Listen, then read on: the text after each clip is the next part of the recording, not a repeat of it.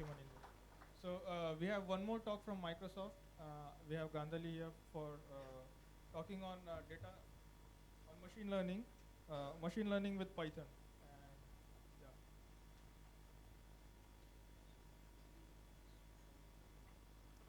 No, I think I'll be fine. Okay, so it's gone. So before, okay, I just want to make a quick announcement. So so there is open space talks going Yes, on but in lecture hall let, 2, my, sorry, lecture let hall me see 3, if my download is and working. you can give feedback about the talks for the conference talks. Go to the website bit.ly/pycon-feedback and give feedback there. Yeah, I got the internet. Good afternoon, everyone. Uh, I know these two are the most difficult slots in any conference, the one right before the lunch and the one right after the lunch, because now you are hungry and then you will be sleepy. So I have to do a really good job to, keep your mind away from lunch for at least next 20 minutes. My name is Gandhali Samant. I work as a technology evangelist with Microsoft. And I'm sure you all must be thinking what all these Microsoft folks are doing here, how they are related to Python, right? So if you want to know more about what Microsoft is doing with Python, we have an open talk at 2:30 where Mani and I will be taking questions and talking about what we are doing. For now, for next 15 minutes, I'm going to talk about machine learning with Python.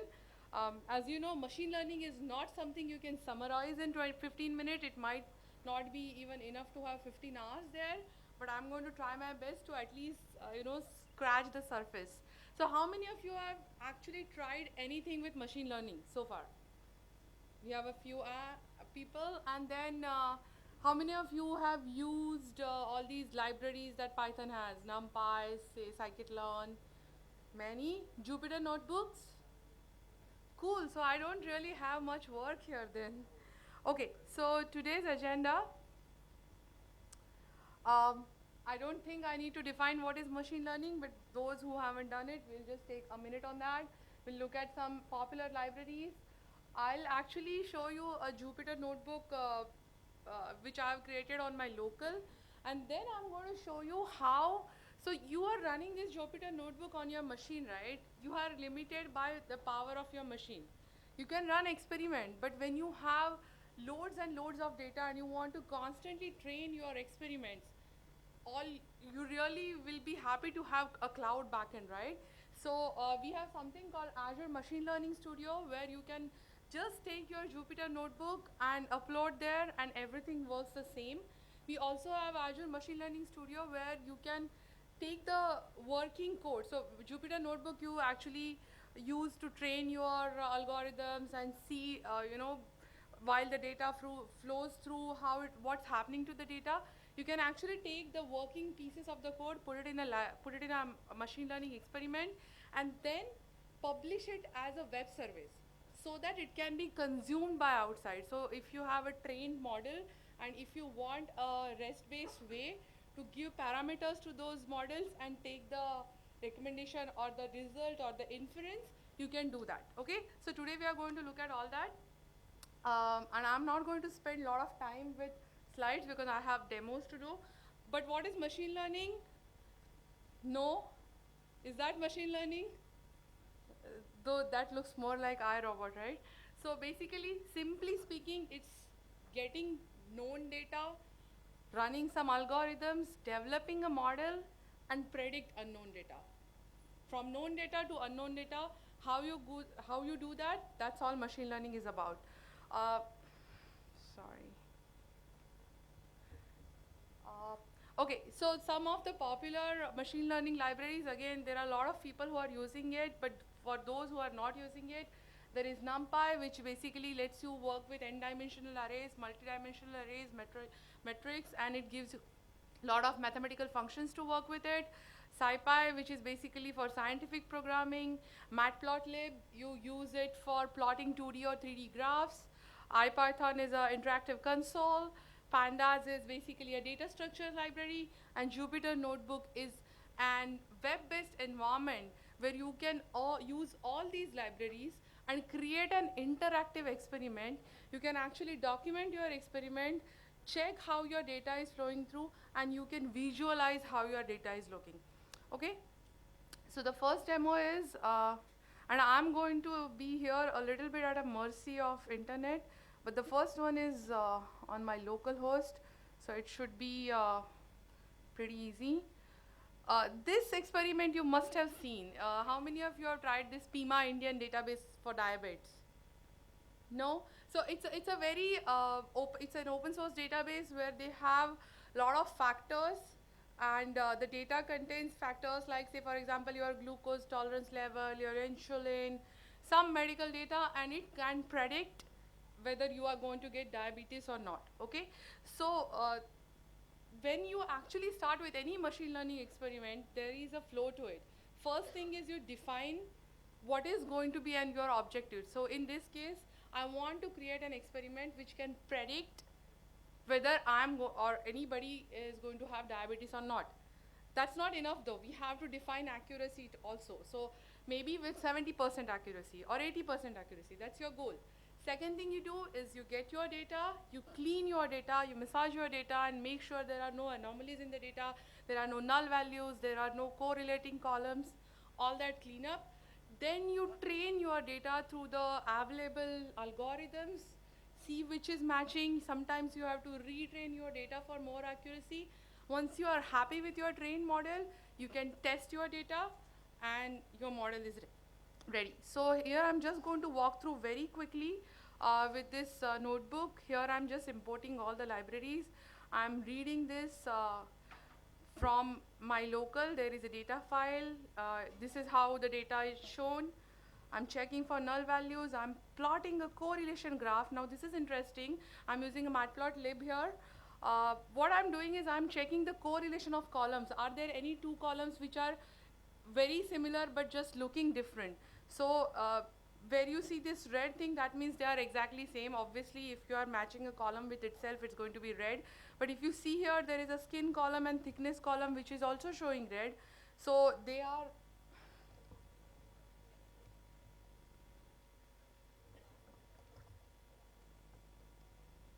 kind of correlated. So what you can do is maybe just delete that column, run your correlations again.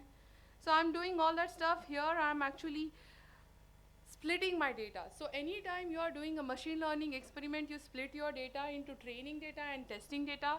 What you do is you have a model, you train your model with say a 75% of your data, check the accuracy, and then you send the 25% of remaining data to test the model and see if the predicted results are matching with the actual results. That's where you get the accuracy of your model. So I'm just dividing the data here. All the libraries I'm using from scikit-learn. I'm trying two different algorithms, naive Bayes. I'm checking the performance. You can see the accuracy here. Testing data, then I tried random forest. And this is basically my experiment. Now this I was running on my local. What if I want to run it with a huge amount of cloud and I don't want to use my machine? Or for using this, I had to install Anaconda installation here, right? Without doing any installations or being able to access this notebook from anywhere, you can actually just go to the Azure Machine Learning Studio. We have a way to go here, create a notebook, and upload the file. The moment you upload your file, your Jupyter notebook, exactly same notebook runs on a notebook server inside the Azure ML environment. The only change that you need to do is, first of all, you need to upload your data sets through this dataset portal, and then this is what I'm learning. So you can see the link here. This same notebook I'm running here on Azure ML. The only change I needed to do was how I'm reading my data. There on my local, I was reading out it from my local drive. Here I'm just importing this. This Azure ML is basically a library to help with Azure Workspace in your Python code. I'm just importing Workspace, getting the data set which I have uploaded, and converting it to a pandas data frame, and that's it. No other changes needed in my code. Now this is running on Azure, right? still it's a notebook. You are not going to be able to scale it. You are not going to be able to use it as a REST-based web service. Next thing what I can do is, I actually have something called an Azure experiment. Okay, let me open this one. Yeah. Okay, so here what I'm doing is there are a lot of drag and drop modules here where I can actually, let me make it a little bit bigger so that you can see it here. Okay, so the first thing I'm doing is I'm getting this same data set. Now again, here is a CSV file. There are zillion different types of data set that you can upload. You can actually directly get a data from HTTP. You can directly integrate it with your experiment. Then I am doing the execute Python script. Now what I'm doing here is, okay, first of all, in machine learning, if you see, there are all these different algorithms which are part of this studio. Okay, they are written and you can just drag and drop them and use them. But if you have written something very custom to yourself, if you do not want to use these algorithms which are given by the studio, you can just execute your Python script or your code. All you need to do is just drag this execute Python script module. And if you see here, I'm using all the same libraries, Matplotlib, NumPy, Pandas, and all I'm doing is putting my code, which is working code, tested code from my Jupyter notebook, I'm putting it here. So in this first execute Python script, all I'm doing is I'm doing that same correlation thing, and I'm saving the figure as a PNG file to see, and then I'm actually just again deleting that one column and return a data frame. So basically what I'm doing is I'm cleaning the data in this execute thing. I'm not going to run it because I might lose my internet connection, so I'm just going to show you how you, so after you run the experiment, right, at each stage you can actually view the data set, and I hope it helps me, if my internet connection is correct. Yeah, you can actually see the entire data set here. And if you want to see the graphics that that I plotted, I can just go here and visualize on this second output. And if I do this, I will see my graphics here. So I just have to save my Matplotlib graphics as PNG files, and I will be able to see it how my data is flowing through my experiment. Okay, so this was my first script. The second script is actually, I just again took the code from my random forest algorithm and pasted it here, the same code. I actually just separated my data into training and testing data. I did the predict, run, everything, Panda data frame, and I'm doing result. Now, this is a test experiment which again will run the same way your notebook runs, right? How do you deploy it as a web service? So there is a option here, and to get it enabled, I need to run this one time.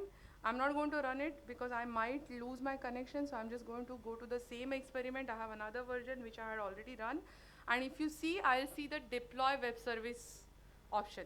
Now what happens here when I do it, I get two endpoints, web service input and web service output. Web service input goes directly into the execute script where your model is residing, okay? And execute output will just give you a result. So now this will be a REST-based, it can be used as an API, it's a web service. You can just use it anywhere, and you can just scale it any way you want, right? So let me, I have already deployed my web service, so let me just go back here.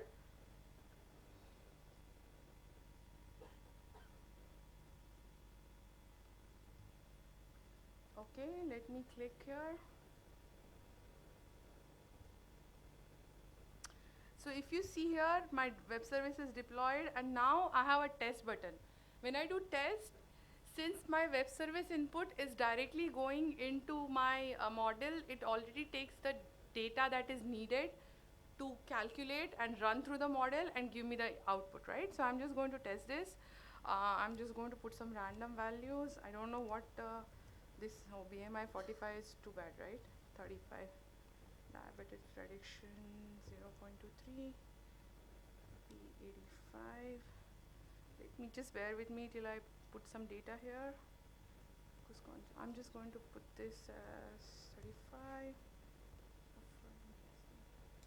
3. Thickness 1.2. And if I run this, it will basically test the experiment. It will say experiment created and it will give me details. The test value returned is 0. That means it is saying your diabetes, you are not going to get the diabetes. Now again, the accuracy as we saw in the earlier Jupyter notebook was around 73%. How we saw that? Because in our training and testing database we had actual result which we compared to the result that the models gave, right? So this is like the very first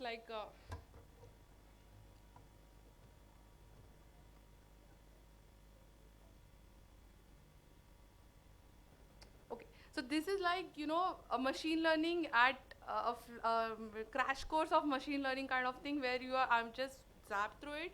But when you are doing it in reality, you need to understand what kind of algorithm whether you are using, whether it's a classification algorithm or a regression algorithm or a recommendation algorithm. And in that also there are different algorithms which you need to evaluate for the accuracy. Sometimes it so happens that with the training data your accuracy is close to 90%, but with the testing data your accuracy goes down to 60%. That's because when you are training your model, you train it sometimes too well, so that the model doesn't reflect the real life values that it would do with test data. So all these things you need to really manage, and this is not an exercise which you can do in 15 minutes, but this is a start. And all this code that I showed right now is there on my GitHub. I'll just show it here. The README file is a little bit messed up. I was just changing it right now. But the notebook, the ML experiment screenshot, and the data set, the CSV file is on my GitHub.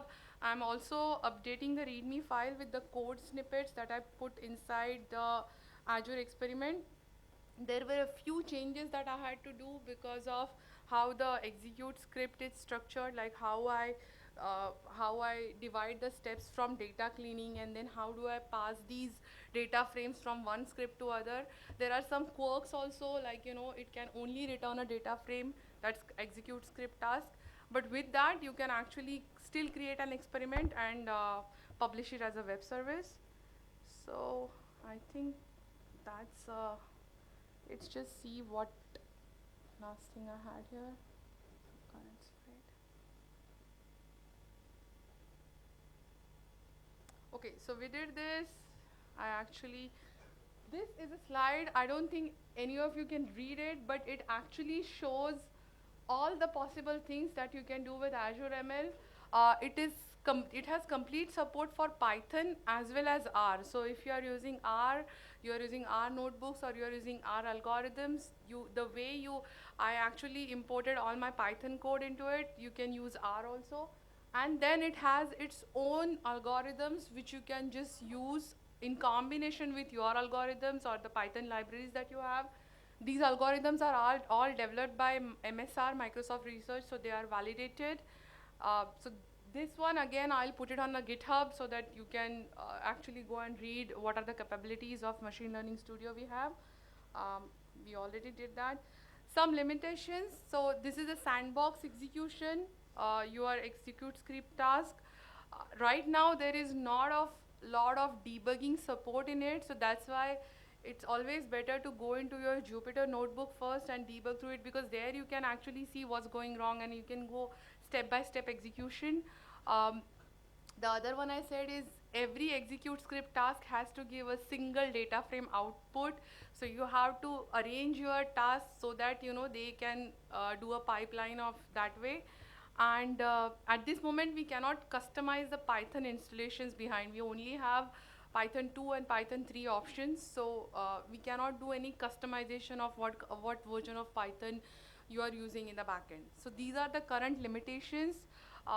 There is my GitHub repository, github.com gsamant, and PyCon India is demos is the repo which has all these demos, and I'll also put the PowerPoint slide at that. So with that, my 20 minutes are over. Any questions you have, you can ask. Thank you.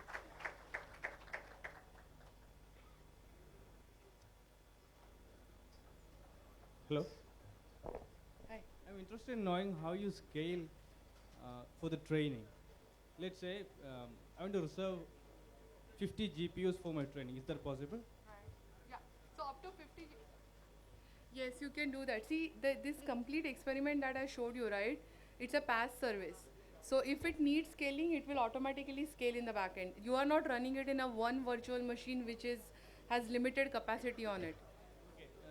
So there, um, how is the efficiency when we scale with GPUs? Sorry, scale with what?